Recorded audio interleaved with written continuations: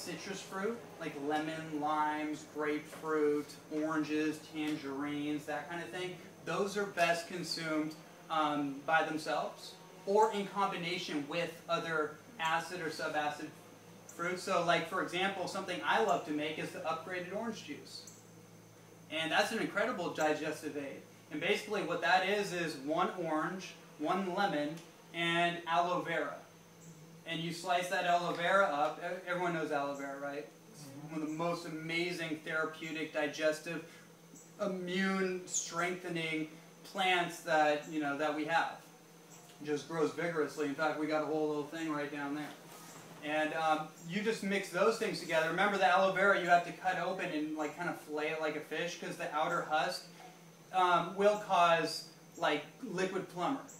And it's not a pleasant thing.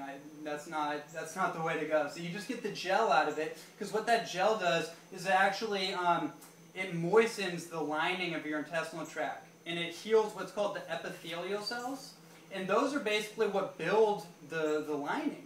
They build it out and strengthen. They kind of knit it together, and also they knit together your skin cells. So that's another thing. Eating for beauty, right? Also, applying topically for beauty. You know, now that's on my mind, aloe vera topically is one of the best beauty products of nature that you could ever use. That and Noni. Who here knows about Noni? Yeah.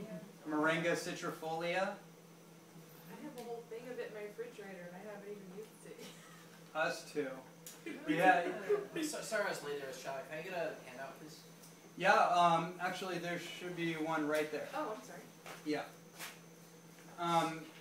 Yeah, so Noni is amazing too. And I've seen people that, what's that? How do you eat Noni? Noni, you could, there's different ways to do it. You could literally, when it starts to ripen up and soften up, you could bite into it. Generally though, it's done as a liquid, so you would put a bunch of Nonis in a jar and keep it sealed to keep oxygen out. Keep it in an anaerobic environment, meaning oxygen deprived, and let it ferment, right? You actually want it to ferment and produce the right kinds of bacteria, because then it'll start to become therapeutic. And then you would drink that after, what is it, Bob? What's the preferred duration of that? 8 weeks would be minimum. You know, go 10, 12 weeks, it starts to turn into a really great elixir. Yeah. Like, yeah, 8 weeks. We had a 6-week one, and it tasted divine, but yeah, I mean, obviously, another 2 weeks is like, you're going to have something real special from that. Like, my mouth is literally watering thinking about it. You may think I'm crazy weird if you've ever had it or smelt it or been around it or even just seen it. It kind of looks like an alien pod. Because they're kind of smelly, right? Oh, yeah. It basically smells like a jock strap with like blue cheese that's been in the laundry room for a couple weeks. I'm It doesn't taste like that. Well, I'm just like, I assume that's what it might smell like.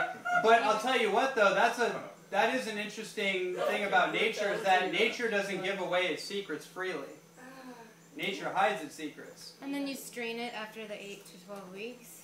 You pour it. Yeah, you could strain it or just pour it straight. Yeah, strain it. Yeah, you want to get all the particles out of it. But there's another way to do it too. That's how you do it internally, right? It's very therapeutic. It has the same kind of compounds, which are called polysaccharides, which are the type of sugars that are bitter.